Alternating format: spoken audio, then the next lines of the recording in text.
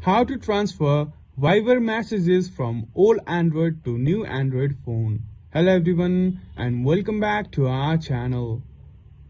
In today's video, I'll guide you through how to transfer Viber messages from old Android to new Android phone. So let's get started. First, open the Viber app. Make sure you have already set up a backup in your Viber account. To do this, tap on the More option in the bottom right corner, then select Settings and go to Account, and here you'll see the Viber backup option. Ensure that you have selected the account you want to backup as well as the Google Drive or storage. You can also choose the include photos and videos if needed. Once everything is set, click on Backup Now.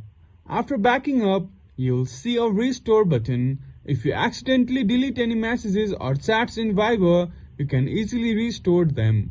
Click on Restore to recover your messages and then press Restore Now.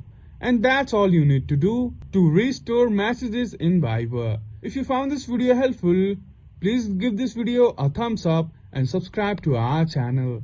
Thank you for watching and we will see you again in the next video.